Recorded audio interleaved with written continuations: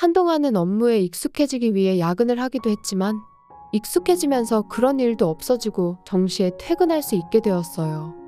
남편은 원래 야근이 매일 있어서 저는 먼저 퇴근해 요리하거나 청소를 하는 등 집안일을 했어요.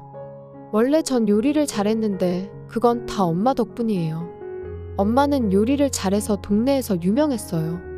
동네 친구들을 초대해 식사 자리를 자주 가지셨거든요. 엄마가 만드는 요리는 반응이 좋아서 저도 따라하고 싶다는 생각을 많이 했어요. 제가 엄마에게 요리를 배우기 시작한 건 초등학교 때부터예요. 쉬운 계란 요리부터 시작해서 다양한 요리를 차츰차츰 익혀나갔어요. 그래도 엄마를 따라갈 수 없을 정도로 엄마의 요리에 대한 열정은 대단해요. 그런 엄마가 얼마 전 쓰러지셨어요.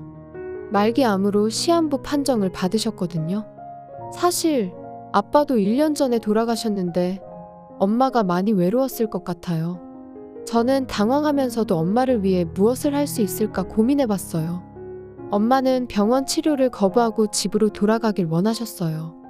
어차피 병원에 있어도 지루할 텐데 집에 가서 좋아하는 요리를 하고 싶다는 엄마의 마음을 저도 받아들여 엄마를 곁에서 보살피기로 했어요. 그리고 한동안은 직장도 휴가를 내기로 했어요. 남편도 이해해줬고요. 반년 동안 저는 엄마의 요리 레시피도 노트에 받아 적고 엄마를 곁에서 보살폈어요. 그렇게 반년이 지난 어느 날 엄마는 아빠 곁으로 떠나셨어요. 엄마의 마지막이 행복했을지는 모르겠지만 평온한 얼굴로 돌아가신 건 분명했어요. 이제 제게 남은 건 많은 요리 레시피와 유산이었어요. 엄마에게 물려받을 유산이 꽤 있었고 외동딸인 제가 모두 물려받게 된 거죠. 남편에게 물려받을 유산에 관해 이야기했는데 금이나 값비싼 액세서리는 은행 대여금고에 보관하는 게 안전하지 않겠냐고 하더라고요.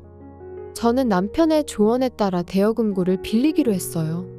그리고 대여금고 열쇠는 집에 있는 금고에 넣어 보관하기로 했고요. 그 사실을 아는 사람은 남편과 저뿐이어야 했어요. 그런데 남편이 실수로 시어머니에게 말했던 거예요. 유산 전부를 이야기한 건 아니지만 시어머니는 상당한 금액이 제 손에 있다는 걸 알게 된 것이죠. 원래 전 시어머니와 사이가 좋지 않았어요. 그런데 요즘은 시어머니가 집에 자주 오시더라고요. 또 약속을 잡아 커피 한잔 하자고 하기도 하고요. 이런 것들이 제 유산을 노린 것인지는 모르겠지만 시어머니의 행동은 분명 이상하다는 생각이 들었어요. 참고로 시댁은 시아버지와 도련님이 한 명 있어요. 시아버지는 과묵한 분이라 여러 번 마주치긴 했지만 대화할 기회는 별로 없었어요. 도련님도 별로 안 친하고요. 시어머니와 지금까지의 대화는 시어머니가 제 외모나 사소한 것들을 괜히 트집 잡거나 예민하게 구시고 그런 말을 들은 저는 고분고분한 성격이 아니라서 할 말하거나 맞받아치는 대답을 하곤 했어요. 시어머니를 말로 이기려 들면 이야기가 길어질 수 있다는 걸 알지만 할 말은 해야 하는 성격이거든요. 그런데 엄마가 돌아가시고 나서 시어머니가 조금 달라졌어요. 저보고 자기를 진짜 엄마라고 생각해도 된다고 말하고 그동안 쌓인 것 있으면 풀라면서 미안하다고 하시는 거예요. 솔직히 별로 내키지 않았지만 차마 입을 놀릴 순 없었고 그저 애교 섞인 미소를 지으며 감사합니다 라고 답하는 것 외엔 할 말이 없었어요. 그러던 어느 날입니다. 남편이 출장을 가게 되었어요. 1년에 몇 번 없는 남편의 출장이라 저는 처녀 시절로 돌아간 기분으로 퇴근 후 동료들과 술을 마실 계획을 세우고 있었어요. 그런데 남편이 제가 하는 이야기를 들었더라고요. 나 출장 가면 나가서 밥 먹으려고? 그러려고. 동료랑 술이라도 한잔 할까 싶어. 괜찮지? 남편은 제게 괜찮다고 했고 집에만 잘 들어오라고 하더라고요. 남편과 이런 대화를 나누고 있었는데 우리 대화를 몰래 엿듣고 있던 사람이 있었어요. 사실 집에는 도청장치가 설치되어 있었다는 걸 나중에야 알게 되었거든요.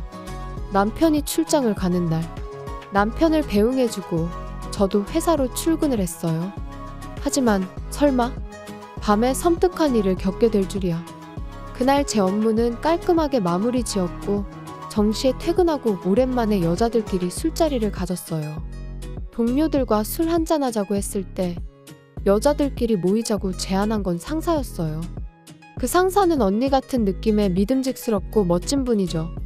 그래서 여자들끼리 모임을 하게 되었고 분위기 좋은 곳으로 예약도 했어요. 우리는 즐거운 시간을 보냈고 3시간 정도가 흘러 내일 업무에 지장을 줄 것 같아 해산하기로 했어요. 기분 좋게 집에 가서 행복한 기분으로 잠을 자고 싶었지만 그럴 수 없었어요. 시기가 오른 채로 집에 도착하니 현관문이 열려 있었거든요. 어라? 왜 열려 있지? 저는 불안한 마음에 현관에 놓여있는 남편의 골프채를 하나 꺼내 손에 쥐었어요. 그리고 방들을 둘러보았어요. 거실, 부엌, 작은 방, 안방, 그리고 마지막으로 제 서재로 향했어요. 서재에는 제 금고가 있었어요. 설마 하는 마음으로 서재로 향했는데 안에서 한 남자가 뛰쳐나왔어요.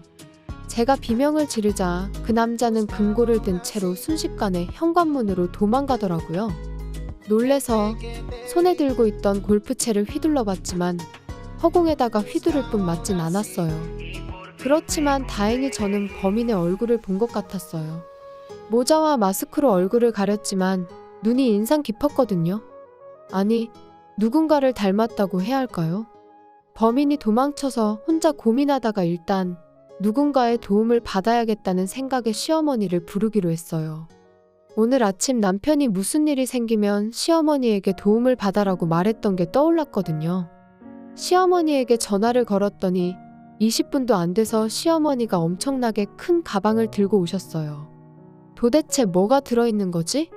이런 생각이 들 정도로 큰 가방이었어요. 저는 20분 동안 어느 정도 범인의 정체를 파악하고선 경찰서에 갈 준비를 했어요. 시어머니는 우리 집에 도착하자마자 범인의 얼굴을 봤냐고 묻더라고요. 우선 저부터 걱정해줘야 하는 게 맞지 않나요? 그런 생각이 들었지만 일단 질문에 대한 대답으로 봤다고 했어요. 그리고 지금 당장 경찰서에 가려고 한다고 말했고 시어머니에게 함께 가자고 했어요. 근데 갑자기 시어머니는 들고 있던 커다란 가방에서 사시미를 꺼내들었어요. 봤다면 어쩔 수 없지. 너가 입을 열지 않겠다고 할 때까지 이 집에서 못 나가. 시어머니는 소리를 지르며 제게 말했어요. 이럴 때 왜 아까 그 골프채가 손에 없는 거야. 놀란 마음으로 공포에 휩싸였을 때 시어머니가 조금씩 가까이 다가왔어요. 저는 급히 그 자리에 있던 쿠션을 시어머니에게 던졌어요. 그러자 긴장하고 있던 시어머니가 손에서 땀이 났는지 실수하고 말았어요. 땀 때문에 쥐고 있던 사시미를 떨어뜨린 거죠. 그리고 시어머니의 오른쪽 발등에 꽂혀버렸어요. 시어머니는 발을 부여잡고 비명을 지르는데 비명을 지르는 시어머니 때문에 어쩔 수 없이 119를 불렀어요. 사실 도둑놈을 검거하기 위해 경찰에 먼저 연락하고 싶었지만 시어머니의 부상이 먼저였어요. 병원으로 실려간 시어머니는 자기가 다친 게 제 탓이라고 하더라고요. 인연이 그랬어요. 도둑이 들었다고 해서 달려왔는데 날 범인인 줄 알았는지 사시미를 휘두르더라고요. 정말 무서웠어요. 시어머니는 울먹이면서 애원까지 하며 필사적으로 호소했어요. 저는 너무 억울해 절대 그런 일 없었다고 말했고 본인이 휘두르다가 떨어뜨려 다친 거라고 해명했어요. 경찰은 제 말에 귀를 기울여 주긴 했지만 그래도 제 말보단 시어머니의 말이 더 신뢰가 갔는지 저를 의심하더라고요. 이 오해를 어떻게 풀어야 할까? 저는 번뜩이는 생각이 떠올라 경찰관에게 부탁해 함께 병원에서 집으로 귀가했습니다. 그리고 경찰이 집에 돌아와서 집안을 살폈어요. 그러면서 도둑이 들었던 사실도 이야기할 수 있었어요. 저는 범인이 누구였는지 경찰에게 말했어요. 그건 바로 도련님이었어요. 눈매가 워낙 특이해 확신할 수 있었거든요. 경찰은 제 증언과 집에서 확인한 물건들을 토대로 수사를 진행했고 곧바로 도련님이 잡혔어요. 알고 보니 집에서 금고를 해체하는 작업을 하고 있었던 거죠. 이유는 금고 안에 내용물을 손에 넣으려고 했던 거였고요. 도련님은 금고에 열쇠는 없고 노트만 들어있었다며 열받아서 노트를 다 찢어버렸다고 했어요. 그 내용물이야말로 제가 가장 소중히 간직하고 싶은 물건이었는데 말이죠. 다음 날 남편은 출장에서 급히 돌아왔어요. 그리고 남편에게 모든 상황을 이야기했어요. 먼저 집에서 경찰관에게 확인받은 물건은 소형 방범카메라였어요. 금고를 놓을 때 남편이 혹시나 하는 마음에 방범카메라 설치도 권유했었거든요. 현관과 금고가 놓여있던 서재에 각각 셀프로 설치했었는데 이번에 시어머니의 소행이 현관 쪽 카메라에 담기게 된 거죠. 시어머니의 행동이 모두 찍혀 있었기 때문에 제 누명도 벗을 수 있었고 도련님은 절도죄로, 시어머니는 상해죄로 체포되게 되었어요. 다음으로 도련님이 훔쳐간 금고에 관한 이야기예요. 사실 우리 집에는 금고가 2개가 있었는데 하나는 도련님이 가져간 거고 다른 하나는 대여금고 열쇠가 들어있는 금고예요. 대여금고 열쇠가 들어있는 금고는 서랍형 금고인데 서재 책상 서랍 안에 자리 잡고 있어요. 도련님이 가져간 금고에는 제게 소중한 물건들이 들어있는데 그건 엄마가 남겨주신 엄마의 요리 레시피 모음집이에요. 그런데도 그냥 노트인 줄 알고 도련님이 찢어버린 거죠. 왜 도련님이 우리 집에 도둑질을 왔는지에 대해 이야기를 들어보니 도련님은 원래 직업도 없이 방황하던 중에 최근 경마에 빠져서 빚이 생겼다네요. 그래서 빚 독촉 때문에 시어머니에게 사정을 얘기했는데 제가 유산을 꽤 많이 물려받았다는 말을 듣고 우리 집 금고를 노렸다는 것이었죠. 역시 엄마가 돌아가신 후 시어머니의 모습이 이상했던 건 이 때문이었어요. 그렇게 생각하니 정말 안타깝고 완전 콩가루 집안이에요. 도련님을 도둑으로 만든 건 분명 시어머니이니까요. 이 이야기를 들은 남편은 크게 분노했어요. 그리고 이 사실을 알게 된 시아버지도 역시 분노했고 시아버지는 곧바로 시어머니와 이혼 절차에 들어갔다고 해요. 그리고 시간이 흘러 쉽지 않았지만 시어머니와 시아버지는 어떻게든 이혼이 됐다고 하네요. 시아버지는 그래도 재산 분할은 해줬다고 해요. 그렇지만 저는 시어머니에게 합의금을 받았어요. 아마 재산 분할로 받은 돈이 저한테 합의금으로 왔을 거예요. 시어머니는 초범에다가 합의가 돼서 운이 좋아 집행유예로 끝났어요. 다소 억울한 판결이었지만 어쩔 수 없었어요. 도련님은 실형을 선고받아 감옥에 가게 되었어요. 아마 감옥에서 나오면 어마어마하게 불어난 빚이 기다리고 있을 텐데 나름 꼬시네요. 그리고